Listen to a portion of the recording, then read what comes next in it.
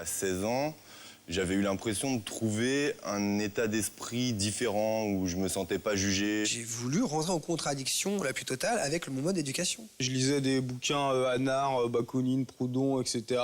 Et enfin, je trouvais un truc qui collait un petit peu avec ce qui m'intéressait à cette époque-là. La première fête où je suis allé, c'était une fête des spirales. Quand moi j'ai vu ces mecs-là débarquer avec leurs camions, leur façon de vivre, comment ils se branchaient et comment ils faisaient la teuf, je me suis dit ouais, c'est là-dedans que je vais faire ma vie. C'était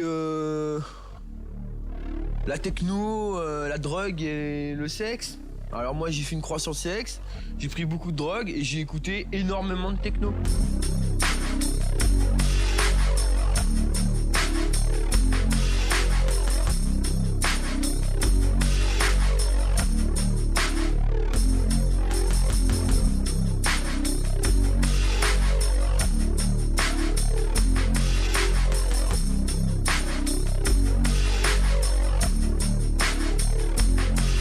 En fait, moi, mon premier Technival, c'est celui de Tarnos.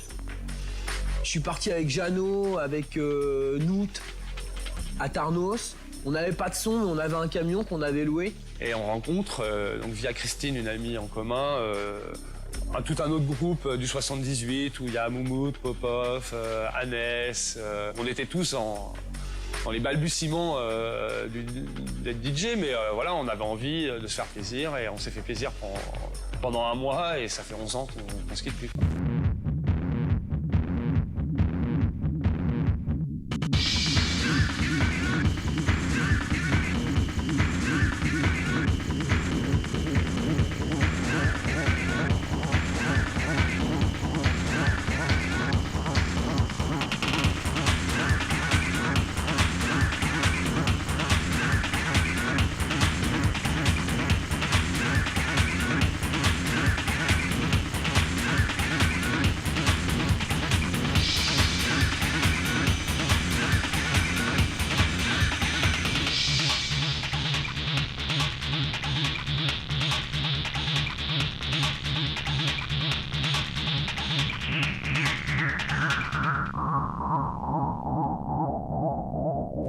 Hier, descente d'une centaine de gardes mobiles et de gendarmes au milieu de 3000 jeunes réunis à Tarnos, au sud de la côte landaise, pour un festival techno.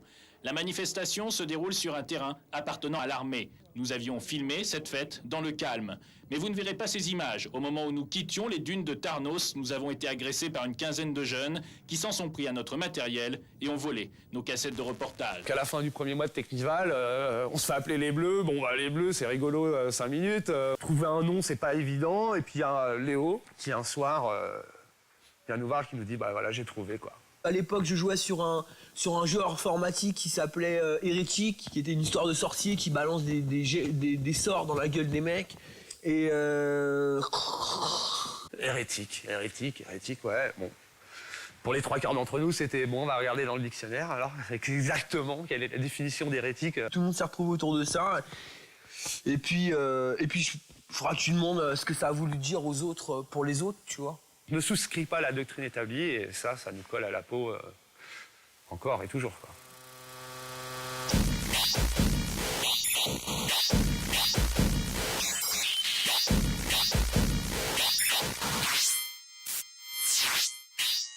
Je suis ex-officier des renseignements généraux, donc maintenant je suis officier de la DRPP Paris, donc c'est la direction du renseignement de la préfecture de police de Paris. Et mon rôle a été, à une époque, de faire un peu la lumière sur le mouvement des free parties. Donc ça, c'est la synthèse du travail que j'ai fait avec mes collaborateurs pour dire voilà qui ils sont. Il y avait les sons du 95, les sons du 94. Bon, 94, c'était à mon avis 94 et Paris, les hérétiques. Il y avait le 91 avec les TNT. Il y avait les UFO qui avaient leur base à Ris.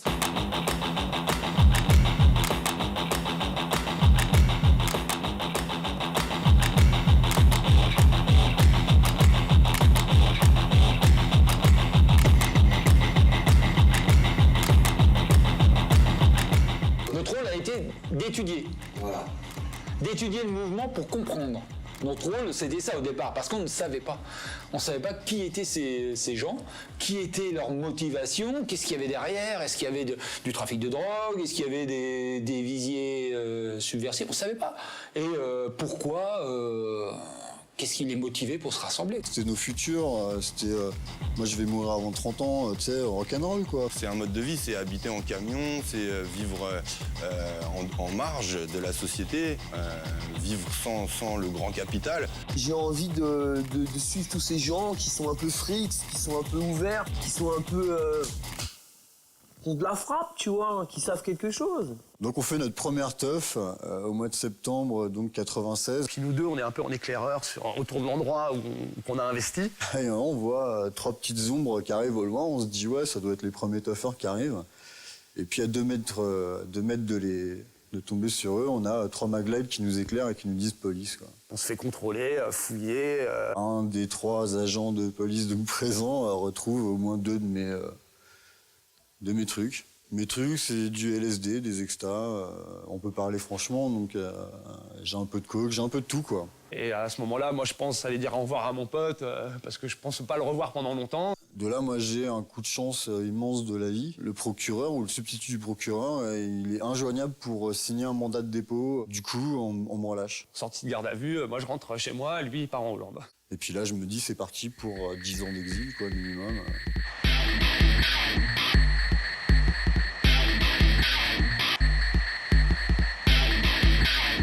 Ces faits entraînaient une consommation de stupéfiants, plus ou moins importante, mais bon, il ne faut pas la minorer non plus. Hein.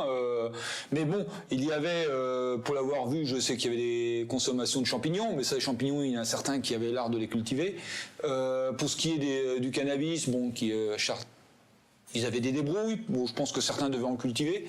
Voilà, donc maintenant, dire qu'il y avait une organisation de dealers derrière chaque groupe, je crois pas, quoi. Bah moi je deal, je peux le dire maintenant parce que je touche plus du tout à la drogue, tu vois, donc à l'époque je deal, je vis bien, j'ai de l'argent.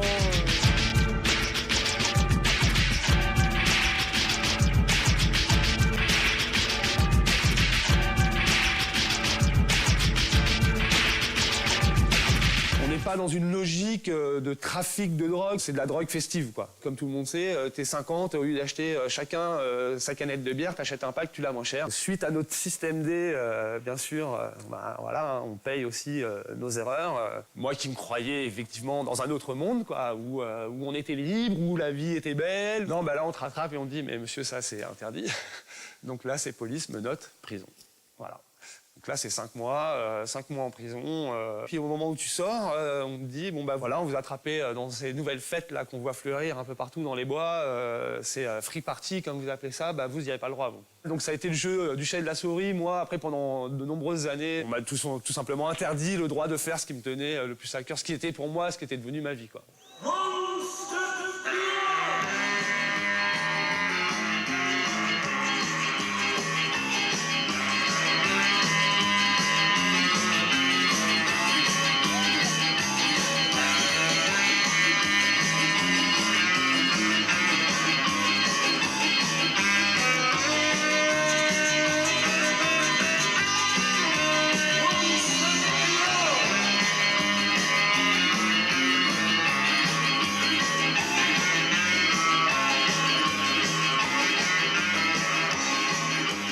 L'autofinancement a été fait en partie sur... déjà, le financement n'était pas excessif. Les caissons, je crois qu'ils les construisaient. Il y avait beaucoup de débrouilles. Et il y avait un truc génial de Fabien qui était de faire des fausses préventes pour les grosses rêves commerciales. Pour nous, c'était pas normal que les mecs fassent payer, donc de notre point de vue, il était tout à fait normal qu'on ait notre part et que ça nous fasse avancer, nous aussi. On se faisait un petit pécule qui a permis d'acheter les enceintes, les platines, etc. Quand il y a eu la maison à Aulnay, je pense que ça a vraiment changé la dimension du groupe. Parce qu'il y avait vraiment un lieu où tout le monde vivait, donc il y avait une émulation permanente, il y avait tout le temps du monde qui passait. Le matériel était stocké en bas, les camions étaient garés devant, il y avait des gens d'autres sound-systems qui passaient nous voir. Il y avait une grosse énergie à Aulnay. On pouvait tout préparer les fêtes là-bas, on partait de là-bas, le matériel rentrait là-bas, on vivait là-bas. C'était vraiment notre base. Non, il faut aller voir la gendarmerie. Parce qu'ils sont prêts à se donner des lieux en accord avec des mairies. Et il y a même un terrain, un entrepôt militaire sur un terrain militaire juste pas loin. Bah ouais, c'est ce qu'on m'avait dit là. Qui ça, quoi? De quoi vous parlez là? Dans un département.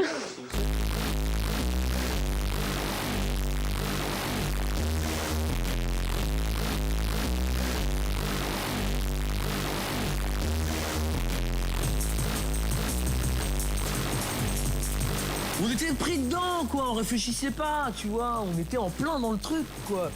On n'avait pas de recul sur ce qu'on faisait.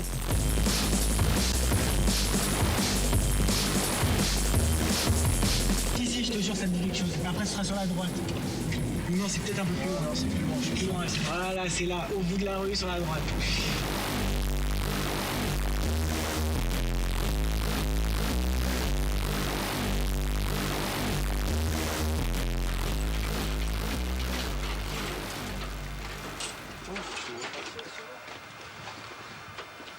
Et puis il y a plein de machines. Il est con de pas avoir pris le pied de biche, putain.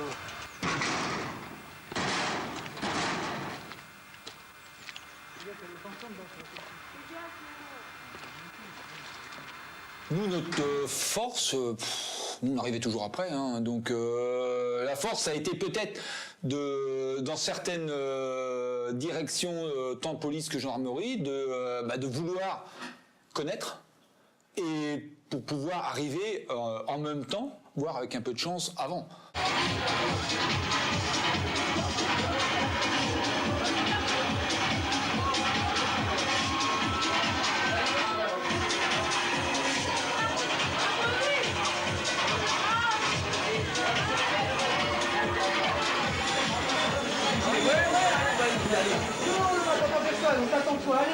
Faut y aller, là, il y a une soirée organisée, là, non? Il y a des décors à poser, il y a des trucs comme ça, quoi. Ouais, voilà.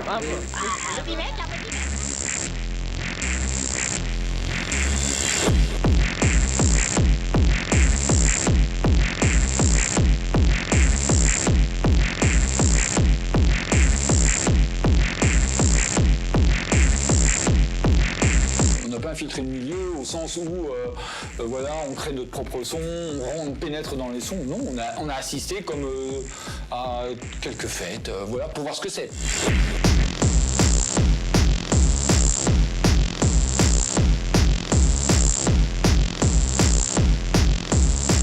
Ah ouais, il y a Cathy qui me dit il y a grave de monde là-bas. 3 km de... Pas trop de monde. C'est un truc de dingue. Les keufs sont déjà là-bas? Ouais, c'est pas gendarme. Quand on arrive pour la première fois sur une rêve au Crancey, par une brume et avec un hangar où on entend, je me demande si c'était pas les hérétiques. Bon, ça fait drôle, quoi. Et puis on voit arriver les gens avec leurs torches et comme des zombies, quoi. On se dit où est-ce qu'on a mis les pieds, quoi.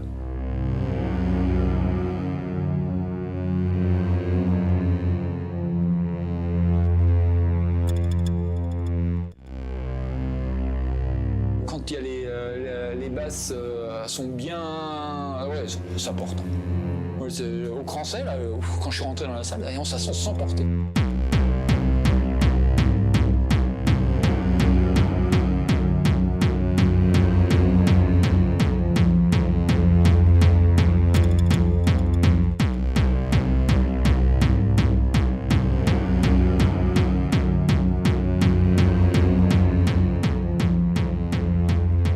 Ça a été la première où on a été. Ils tournaient avec les TNT, qui étaient, eux pourront dire si c'est vrai, mais pour nous, dont on avait localisé la logistique et le noyau dur autour du 91. Et donc c'était des groupes qui étaient quand même très efficaces dans l'organisation.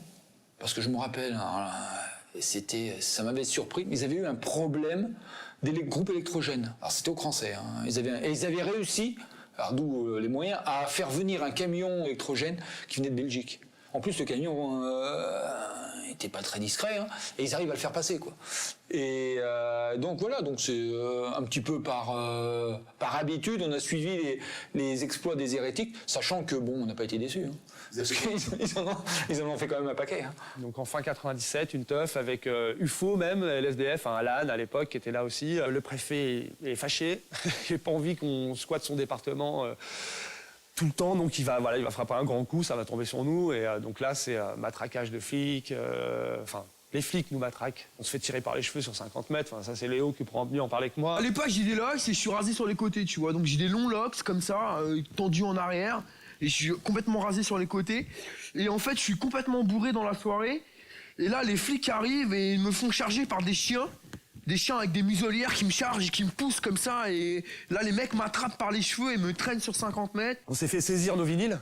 Notre vie, quoi. Pour nous, nos vinyles, c'est l'âme c'est notre âme, c'est notre son. C'est des choses que t'achètes, tu te retrouveras pas forcément. Donc voilà, on se fait tout saisir, on se fait même tout brûler, incinérer. Le message est clair, il y aura plus de fête dans le 77, quoi. Madame, monsieur, bonsoir. Une rave party a dégénéré le week-end dernier. Les policiers ont débarqué au milieu de 400 jeunes. Pour interrompre la rave, de violents affrontements ont éclaté. Cette soirée était organisée clandestinement. Cette affaire soulève le problème des soirées techno.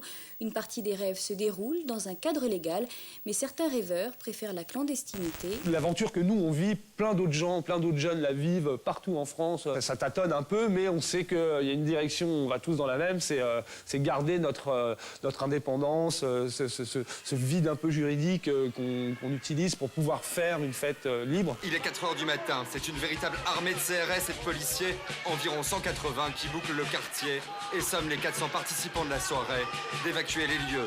Motif, occupation illégale des locaux, un hangar désaffecté et tapage nocturne. On va demander de sortir. Alors, dispersion. Le problème des fris, c'était le problème d'ordre public. L'ordre public n'implique pas de l'infiltration. L'infiltration, c'est pour du terrorisme. Or, les fris, c'était pas des terroristes. C'était des gens qui dérangeaient l'ordre public. Bilan totalement disproportionné de cette opération coup de poing. 2 sachets d'herbe saisis, du matériel sono endommagé et 12 interpellations. En fait, on voulait faire une fête à la Ferty-sous-Jouarre et on était parti. Il y avait un point de rendez-vous, il y avait quelques centaines de voitures déjà. Et nous, quand on est arrivé à l'endroit où on voulait faire la fête, les flics étaient déjà là. Je pense que ça devait être au mois de juin ou au mois de mai. Donc c'était un dossier où on avait un peu plus un week-end où on avait du temps pour les suivre, pour les traquer. On est allé au point de rendez-vous où tous les gens nous attendaient. Et il y a je sais plus qui est monté sur une voiture, qui a dit que les flics nous avaient cramé et qu'il fallait que tout le monde nous suive et qu'on trouve un endroit. On fait un cortège de voitures, on roule sur 20 bornes à travers la campagne. On pensait que ça allait être à Mareuil-les-Maux.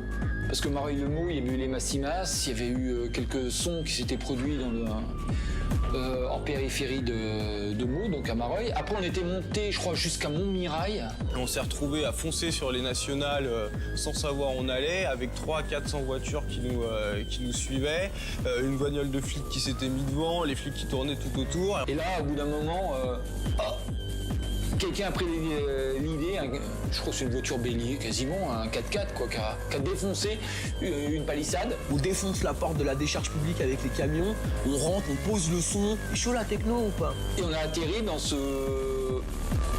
moi je pensais que c'était un champ, et en fait c'était une vaste déchetterie qui était d'ailleurs plus en activité. Hein. Où là c'était... où tout le monde est rentré, et tout le monde s'est posé, et puis les forces de l'ordre tout autour. Ça résume complètement l'esprit, c'est-à-dire que nous on s'en foutait, c'est-à-dire que si les flics venaient nous dire ouais, vous nanani nanana, on disait là mais qu'est-ce qu'il y a, on a fait une fête. On réagit politiquement, tu vois, on commence à se politiser, on va revendiquer. Léo, il avait ce côté un peu politique de tout ça, lui il savait donner une autre dimension, il savait voir toutes les dimensions que le mouvement générait. On va dire voilà, nous on veut faire la fête librement. Léo commence à écrire des textes.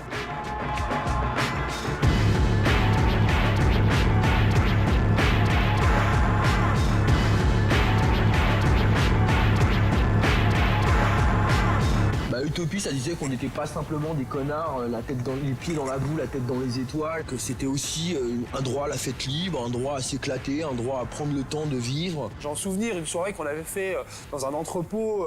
C'est la première fois qu'on louait du matériel en plus d'une autre. Donc on avait vraiment investi de l'argent. 6 gendarmes qui déboulent dans l'entrepôt, il n'y a personne dans l'entrepôt et qui font allez, c'est bon les jeunes, vous remettez vos strings, vous remballez tout, là, il n'y aura pas de soirée. Léo, ça avance vers les flics et il leur fait carte d'identité à la main. S'il y a un d'entre vous qui touche au caisson, je lui démonte sa mère. Et voilà, ça résume le personnage. Moi, à l'époque, j'y réfléchis pas, mais quand même, je découle sur une idée où il faut faire mal, tu vois. Mais pas dans une idée de vouloir y arriver, plutôt dans une idée de faire des gros coups, c'est d'y aller, quoi, tu vois. C'est tu te sens entouré et tu te dis, voilà, tu sais que mais même tout seul, à mon niveau, c'était de rêver et de réussir à bladroniser le truc, quoi, tu vois.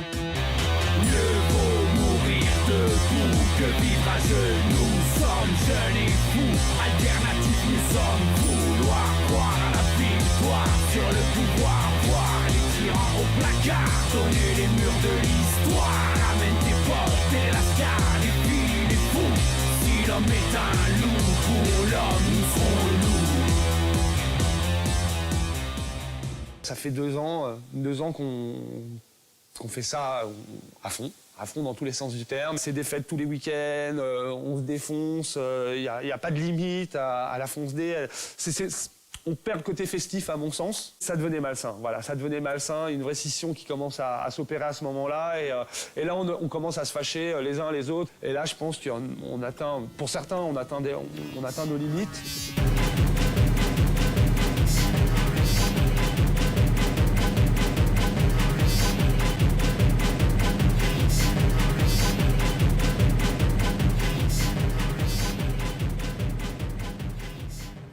Mon pote Seb qui m'écrit, qui me fait une première page de blabla et je me demande pourquoi il me fait du blabla, quoi. Jamais on m'écrit, ils m'ont jamais écrit, tu vois, en 5 ans d'existence à l'étranger. Là, je reçois une lettre et puis j'ai du blabla sur une première page. Et la deuxième page, je lis que mon pote Derek est mort, quoi. Tout le monde fonce D, voilà, il y en a certains, c'était bah ouais, moi je vais me foutre en l'air, mais non, moi je me foutrais en l'air avant toi. Et voilà, des concours de suicide qui se terminent par un vrai suicide, par Derek, un de ceux qui habitait avec nous dans la maison, qui se jette devant un train à la gare de Nez, quoi. Bah, Derek s'est suicidé en mois de novembre et un mois plus tard, au mois de décembre. Ce matin, dans un pavillon d'Aulnay-sous-Bois, en Seine-Saint-Denis, 6 jeunes, une fille et 5 garçons, âgés de 20 à 23 ans, ont été retrouvés morts. 2 autres étaient sérieusement atteints par des émanations de monoxyde de carbone. Celle-ci venait d'un groupe électrogène installé dans le garage de la maison. Les pompiers les retrouveront couchés sur des matelas, même le sol, au premier étage de ce pavillon. La jeune fille et les 5 garçons sont morts durant leur sommeil, intoxiqués par les émanations de monoxyde de carbone. Locataires depuis plus d'1 an, ces jeunes n'avaient ni courant ni gaz. Pour se chauffer, le système D, un groupe électrogène, installé dans un premier temps dans le jardin, puis placé dans le garage, suite à des plaintes de voisins. 2 jeunes ont survécu, ils sont ce soir hospitalisés.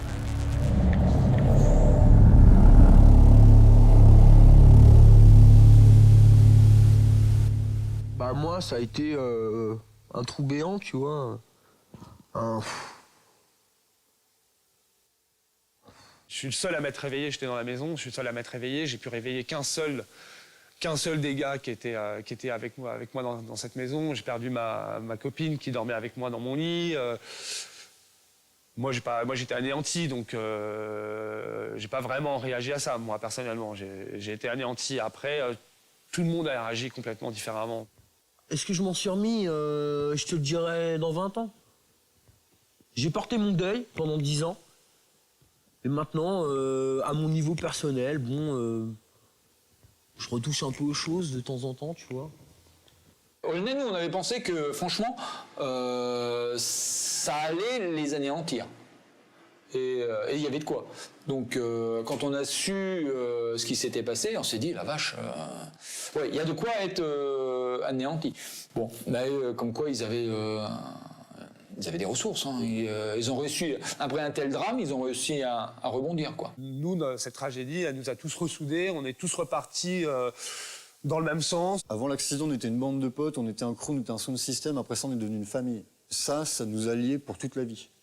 Nous tous, là. On pourra se prendre la gueule des milliers de fois les uns les autres. Hein. On faisait la fête d'Halloween juste après la fête des morts. C'était où on arrêtait tout, c'était voilà, c'était on continue et pour eux on va faire quelque chose de bien, aussi pour eux, pour nous, pour eux, pour tous.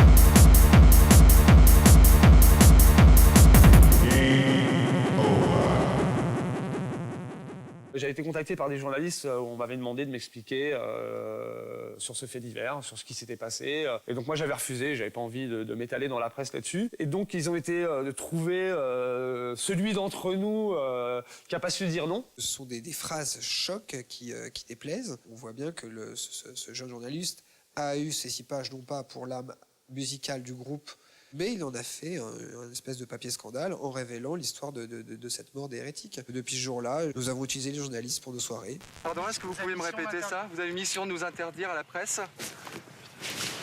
Ah non, vous n'avez pas le droit. On est en pleine période où toutes les teufs qui se passent autour de Paris se finissent à coups de matraque au pire, et puis une annulation de teuf au mieux.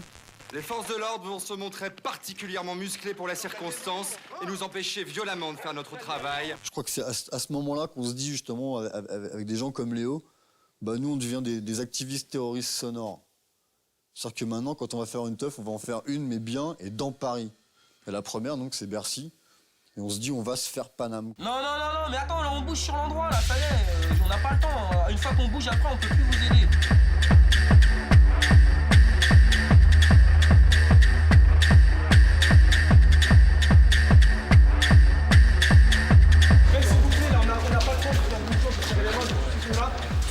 Il y a toutes les baguettes à enlever, à commencer à tout débaguer.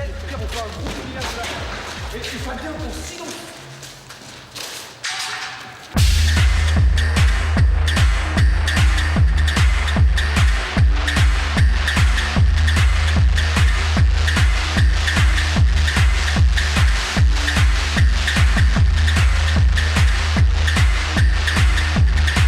Pourquoi on serait cantonné au hangar pouilleux et froid?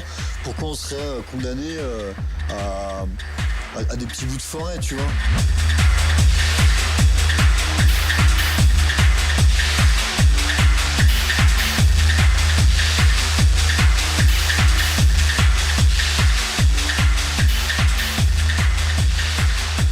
Je pense au bord de Seine qui sont juste à côté, qui ont un parking, et je dis bon, on met les gens sur le parking, on les fait venir à pied, on les prend de vitesse et on organise une soirée de Vicky.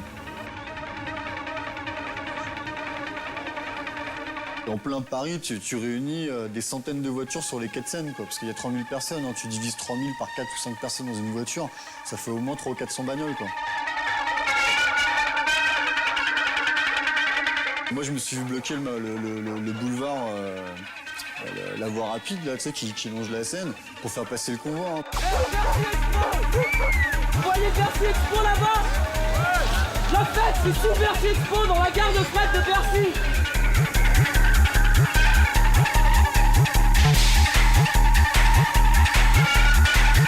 De pouvoir faire ça dans Paname, à 11h du soir, sans qu'on nous voit, c'est magnifique, quoi. C'est-à-dire, que fait la police?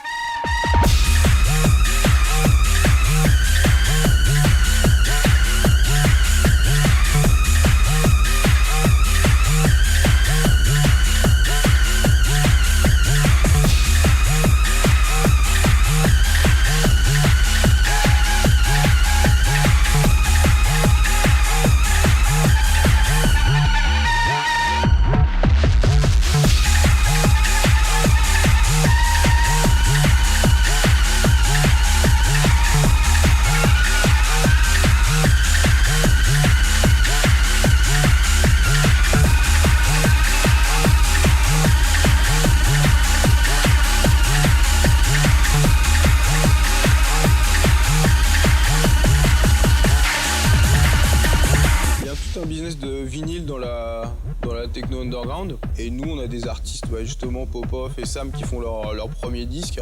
On a fait un label hérétique qui s'appelait Rock and Fuck en réaction à l'article de Rock and Folk. On monte plein de petits labels, tout est à l'arrache, rien n'est déclaré, il n'y a pas encore vraiment d'assaut, c'est que du cash. Au début, musicalement, je faisais de la transcore. Après, je suis passé par un truc plus break, post-apocalyptique, hard break. J'ai une phase hardcore lent, très lourd, très rythmique. Après, je suis passé au speedcore, noisecore. La volonté, c'est de s'émanciper aussi de ce carcan musical qui était le rock, le hip-hop, l'émergence du hip-hop à l'époque. Et la variété, pop, machin, et de faire autre chose. Mais je faisais vraiment la musique sans réfléchir, en tous les cas, et puis après, il y avait des trucs qui plaisaient plus ou moins. Une sorte de sculpture sonore, quoi. Vraiment envoyer plein de sons en même temps, écrabouiller au maximum et voir le résultat.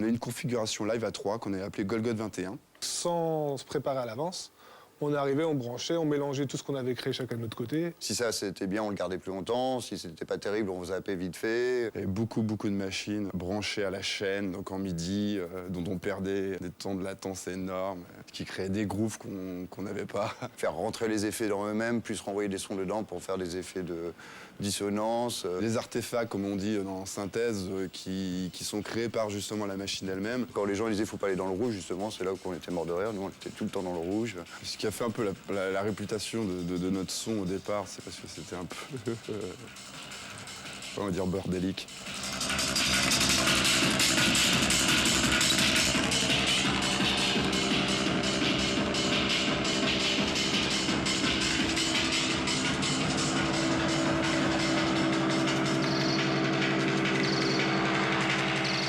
C'est la musique qui m'a intégré au groupe. Quand je crée un live, quand je suis chez moi, je m'imagine les réactions.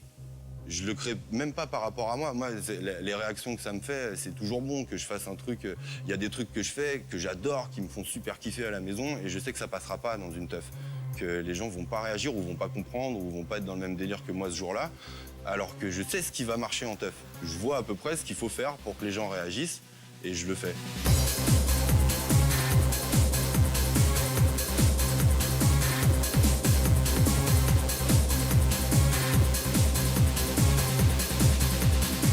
Le son hérétique, comme anciennement old school on aurait pu l'appeler, donc c'est cette techno, art techno à tendance acide et dance floor et un peu plus rapide que la moyenne. J'ai commencé les lives plus tardivement que Popoff, Noise et Buns. C'était beaucoup plus rapide, percussif, et donc j'étais un peu plus le côté hardcore des live sets de chez Hérétique.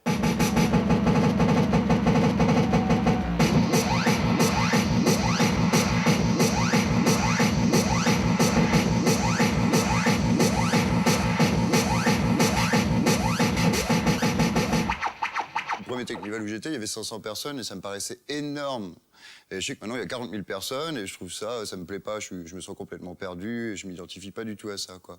Bonjour, et voici en direct des Technival. Il y a je sais pas combien de sons, et en fin de compte tu passes de son en son et c'est les mêmes disques. Donc Ils sont arrivés à 2 en ULM de la bombe atomique, regardez. Les 2 sont arrivés qui se mettent en ULM avec un petit truc comme ça. il y a un phénomène qui fait que ça explose.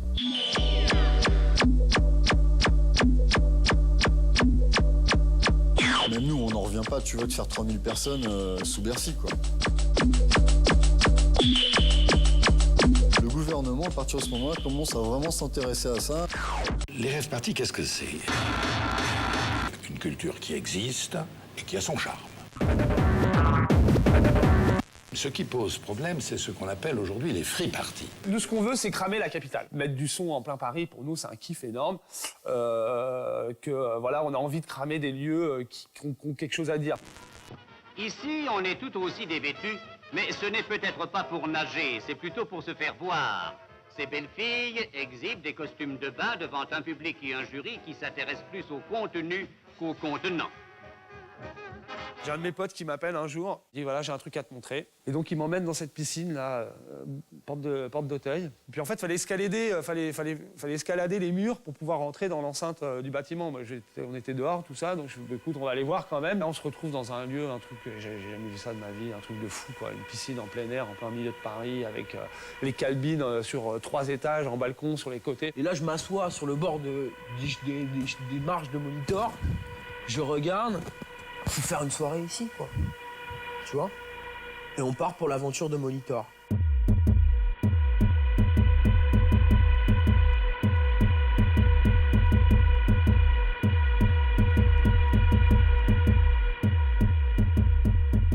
Là, c'est un attentat, quoi. Là, c'est 1 mois, 2 mois de préparation sur site, à venir tous les jours sur site pour le nettoyer parce que c'était un repère graffeur, canette de bière explosée, tout ça. Donc, quand même, le souci du public. On avait ventousé, comme au cinéma, les places tout autour des semaines avant pour réserver les emplacements qui nous serviraient d'accès. Il a fallu qu'on casse des murs, qu'on se déguise en ouvrier du bâtiment avec des talkie-walkie pour surveiller la rue. Attends, là, il y a une petite vieille, tu peux pas taper. Ah, vas-y, c'est bon.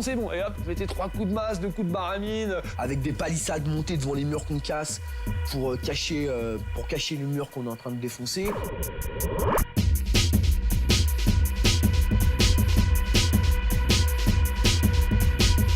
Il fallait que personne déconne à cette fête.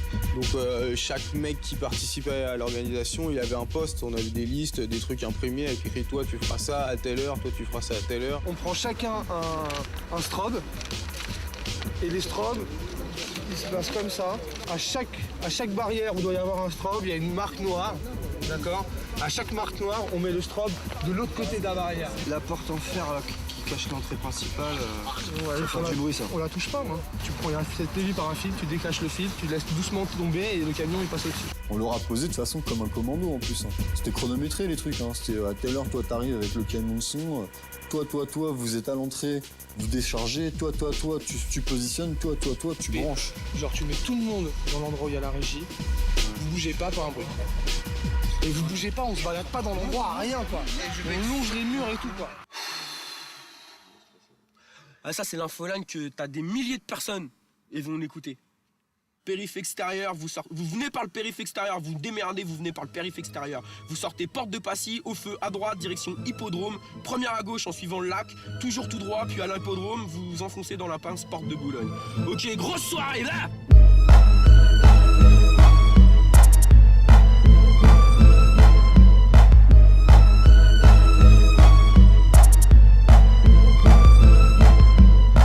Pas les mecs, ils se réveillent, ils ont 5000 personnes dans leur jardin, 45 kilos de son.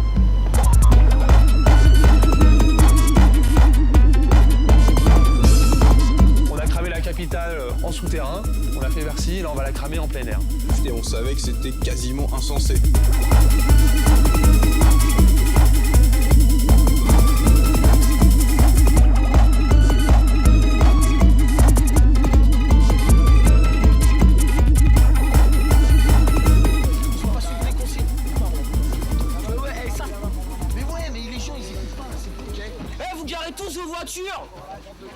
On y va à pied.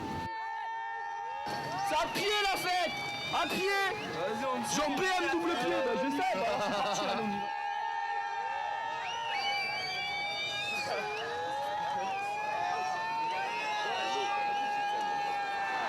Ça sort du bois, qu'est-ce qui se passe?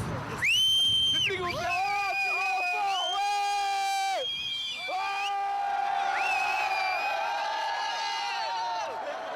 et maintenant c'est sûr, vous pouvez le savoir, les RG savent tout, mais les flics c'est des branques.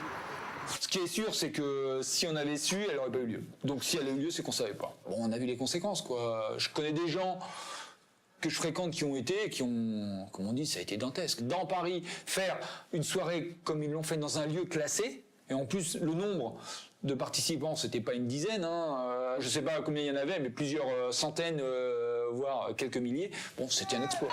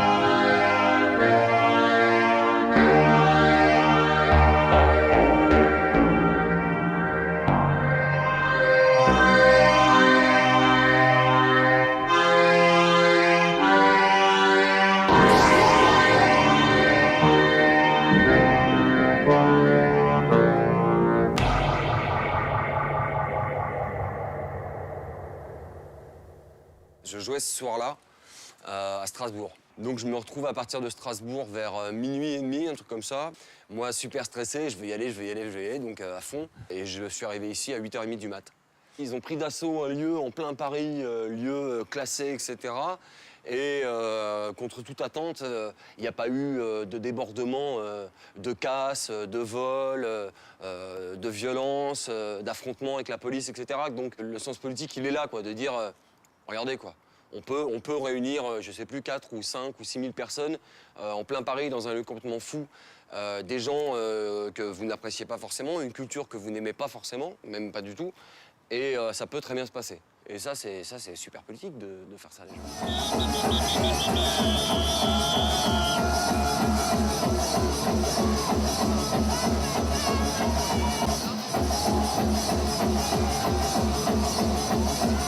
Moi, j'ai tellement aimé le lieu qu'à la limite, j'ai versé une larme de l'avoir trashé, tu vois. D'avoir ramené autant de monde dedans et que le matin, après la pluie qu'il y avait eu au petit matin, ça soit de la gadoue. Et je me suis excusé auprès du lieu en lui disant bah, tu nous excuses, la piscine, on t'a peut-être un peu traché, mais j'espère que t'as bien vécu, tu vois. En tout cas, d'après les échos que j'en ai eus, elle avait envie qu'on revienne, quoi. Le son pète jusqu'à 11h du matin. On est dans le 16e arrondissement. On est coincé entre le Parc des Princes et Roland-Garros. En face de nous, il y a un bâtiment. On a su par la suite, il y avait un adjoint au maire du 16e qui habitait là-dedans. Enfin, pour nous, c'est un gros kiff, quoi. On sable le champagne sur les caissons. Enfin, c'est un truc de fou. On vit notre apothéose. 11h, on coupe tout, on remballe. Je reviens 2 heures après. Le mur reconstruit, repeint. Alors là, j'ai halluciné. Voilà, là, j'ai fait broquer. Pour eux, il ne s'est rien passé. Bon, bah, c'est cool. Il ne se passera rien pour nous. Quoi qu'on en dise, et même si on n'a pas eu de problème par rapport à cette soirée-là, qu'elle s'est très bien passée, je pense qu'au niveau des autorités, ils se sont dit attention là. Ils sont arrivés dans le 16e, en plein air. Ils nous ont mis 6000 personnes en moins de 2 heures. Il y a un problème là.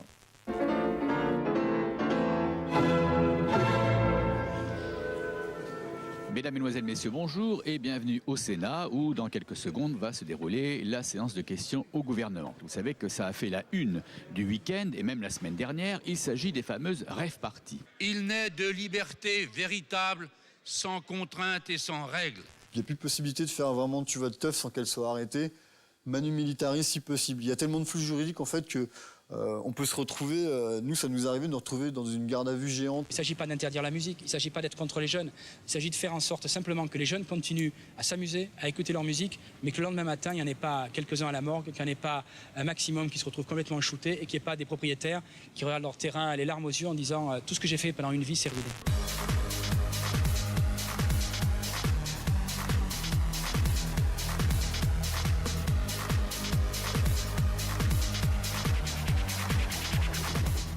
Léo, vers cette date-là, il perd la tête, c'est en 2001, au Technival de 2001. Là, j'ai un flash et c'est plus la même chose, quoi, tu vois. Voilà, l'accident, on a perdu des amis, 5, moi et ma copine, 5 personnes qui sont mortes. Dedans, il y avait 2 personnes du groupe. Et la dernière victime de cet accident, c'est Léo, quoi. Tout à coup, tu découvres qu'il y a des anges, qu'il y a des morts, tu perds tes potes et tu vas les chercher, quoi, tu vois. En fait, il devient fou, je pense. Et à un moment, on se dit, bah, ça va durer 1 mois, 2 mois. Le mec raconte n'importe quoi, il parle à la télé, il s'enferme pendant des heures dans le noir, il crie, il parle aux arbres. Il s'est passé que je me suis ouvert sur un monde transcendantal. Je te le raconte, ça devient fou, tu vois, là, tu pars en couille, quoi. C'est de parler, c'est de savoir, c'est d'entendre, c'est de passer, c'est de vivre, quoi. Et en fait, au lieu de s'améliorer, ça s'empire. C'est-à-dire qu'il saute sur Jeannot avec un marteau pour l'assommer. Il est complètement fou. Disons que je vis dans un autre monde. Je suis au-dessus de vous. Bah, il y en a qui me collent au crâne, hein. En fait, il a glissé très vite. Et pendant longtemps, on a cru qu'on allait le récupérer. Mais en fait, il a glissé très vite. Et on ne l'a jamais récupéré. Et encore maintenant, voilà, ça me fait mal. La folie de Léo, elle a aussi détruit plein de trucs dans le groupe. C'est-à-dire qu'il y a des membres du groupe qui ont commencé à avoir peur de Léo. Je suis soigné pour schizophrénie latente et violence extrême. Non seulement on perd le mec qui tient le mieux la philosophie du groupe, mais il nous détruit de l'intérieur. Mais grosso modo, maintenant j'ai 33 ans et je me pose tranquille comme un mec qui va doucement, qui revient doucement vers la vie après avoir vérifié que tout allait bien et avoir pensé intimement revoir ses amis un jour, partir dans l'espace. Je pense que le moment justement où Léo est parti, mais parti dans sa tête, je pense que c'est le moment où moi j'ai dû commencer à prendre un peu plus d'importance. Il fallait que quelqu'un, une espèce de ligne directrice qui corresponde à tout le monde en même temps, ce qui n'était pas aisé. En sachant écouter les uns les autres, il s'est rendu compte qu'on voulait pas lâcher l'affaire, quoi. Et du coup, on a continué.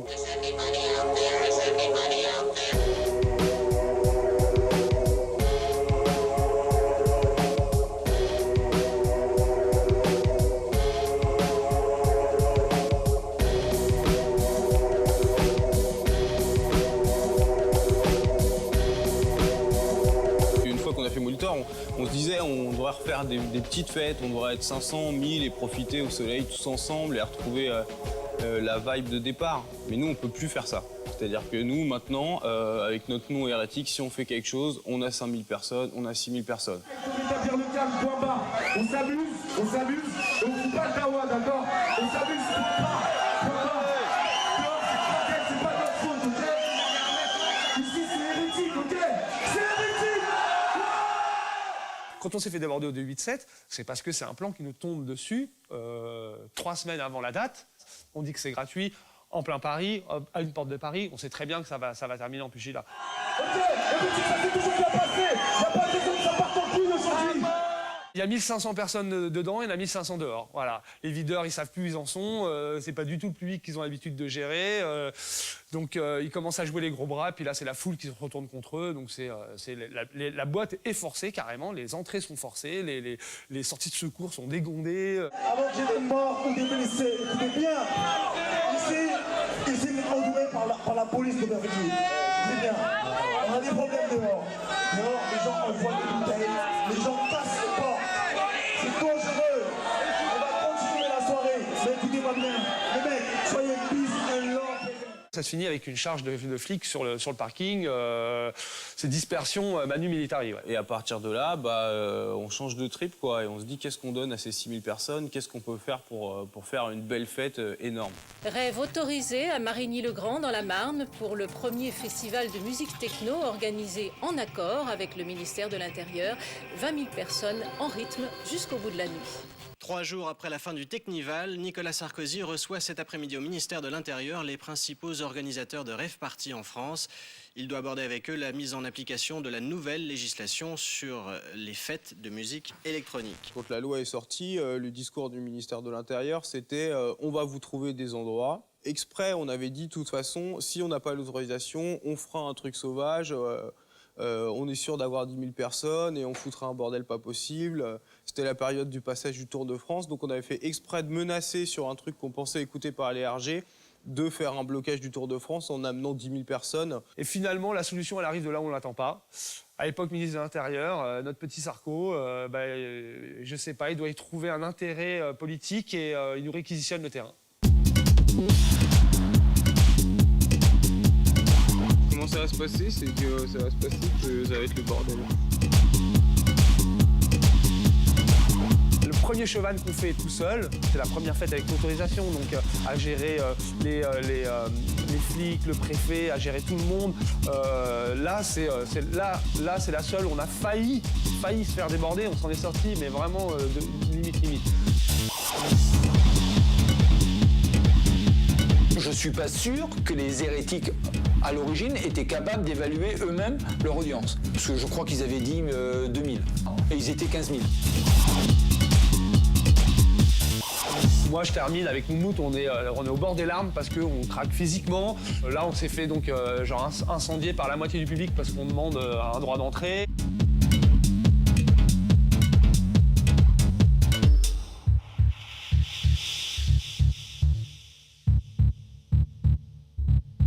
Il y a un moment où tu as tellement de monde que tu es juste en état de stress intense. Dès que tu dépasses 2-3 000 personnes, tu profites de ta fête les 2 dernières heures, quand ça s'est calmé, quand tu as évacué le stress, quand tout s'est bien passé.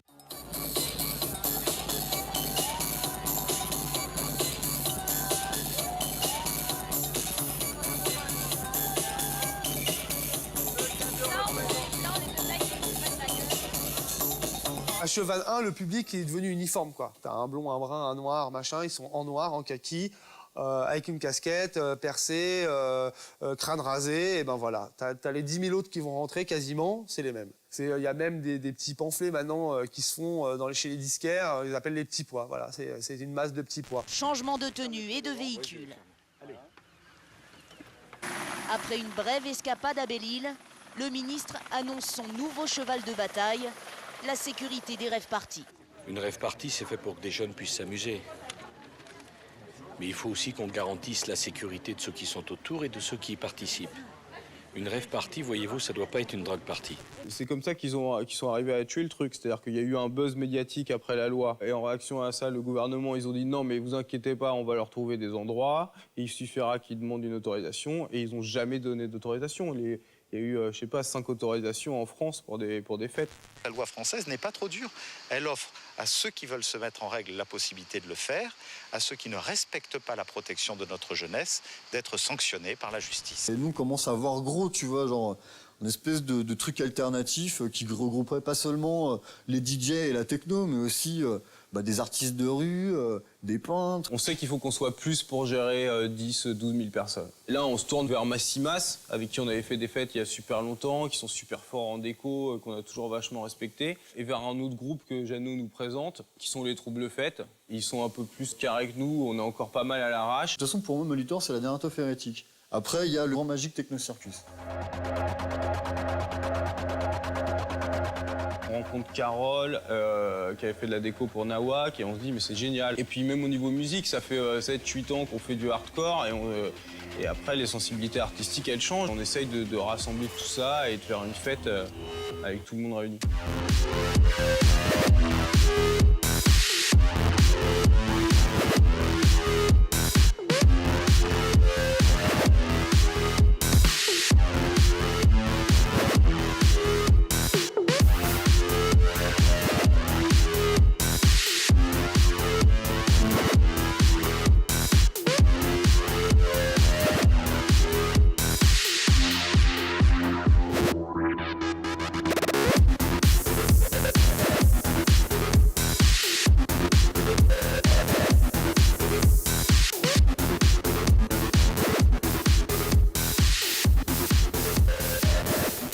Attention si vous prenez la route du Sud en direction de la frontière italienne.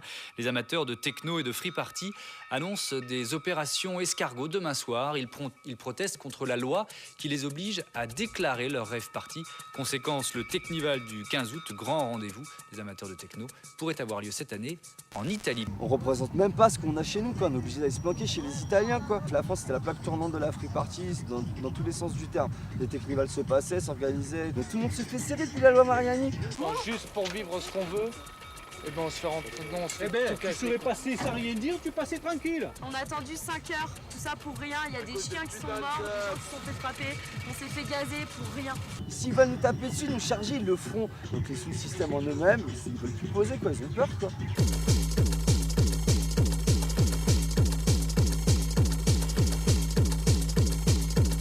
Plus faire de free party, les autorisations ça devient complètement juste impossible à avoir. On a plus notre place en fait sur la scène. Je pense qu'ils auraient continué peut-être dans les free s'il n'y avait pas eu les réformes législatives. Mais je pense que bon, ils n'ont pas eu le choix.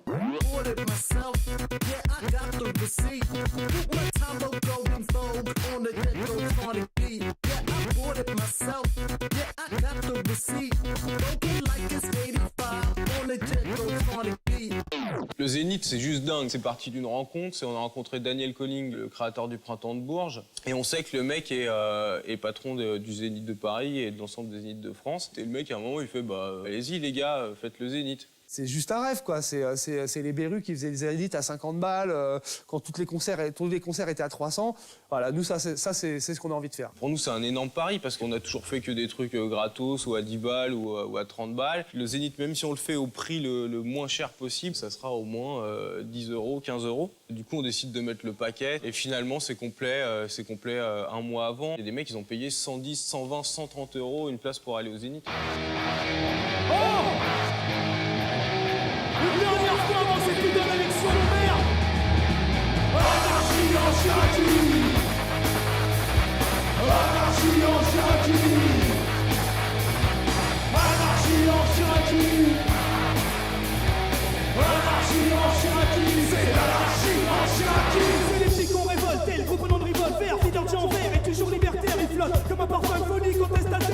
jette ton cocktail molotov dans les airs. Anarchie en Chiraki. À chaque médaille, ça chauvine. Anarchie en Chiraki. Anarchie en Chiraki. Anarchie en Chiraki. Et pour tous ces conchus du meurtre de vie. Anarchie en Chiraki. L'anarchie en Chiraki. C'est l'anarchie en Chiraki. Pousse plus fort pour la zombie. Abstiens-toi de voter pour lui, mon Dieu. C'est le bouquet que tu vois, qui m'en est. T'as serré tellement de pognes. T'as les mains les plus sales de l'Hexagone. Mec, t'as fait tellement de billes. RPS au RPR comme au PS. Ils veulent nous dépouiller. Jusqu'à notre dernière pièce jaune. Mais si tu veux pas douiller, un judoka va venir fouiller. Anarchie en Chiraki. Déconne pas au dépouillement. Anarchie en Chiraki. Si on bascule en Sarkozy. Merci. Ça c'est fait. Moi, je suis pour l'attentat sonore, quoi. Moi, je suis quelqu'un, je me dis, on fait de la politique et de la musique. Maintenant, c'est plus vraiment, en fait, tu vois, la politique qui prime au sein de ce que je veux dire, de ce que Hérétique est devenu, mais plus, tu vois, la qualité de la musique et des spectacles. C'est-à-dire qu'aujourd'hui, on leur offre ce qu'on peut, mais on leur offre plus la liberté et l'espèce de résistance aux normes qu'on leur offrait avant. Ce virage, bon, il y en a qui disent commercial. Qu'il aurait été malgré tout nécessaire pour pouvoir continuer à vivre. Continuer à vivre et continuer à être à faire ce qu'ils aiment. Mais après le Zénith, c'est juste on a eu une idée, quoi. C'était le seul truc qu'il y avait au-dessus en termes d'image et de trucs complètement inaccessibles pour nous, c'était l'Olympia. Nous, l'Olympia, c'est une Ferrari, c'est un énorme gâteau, et on dit que tu peux croquer dedans, et ben on fonce, quoi. Moi, je nage dans le gâteau. Ça faisait peut-être 5-10 ans qu'on n'avait pas fait une fête où on en profitait tous, quoi. Et où ça roulait, et où tout ce qui était prévu au niveau musique a fonctionné comme on voulait, où les spectacles ont fonctionné comme on voulait. Non seulement c'est un truc qui était dingue, parce qu'on est quand même parti dans les champs et qu'on a fini à l'Olympia, mais en plus, c'était une fête qu'on a réussi à 100% pour une fois, quoi.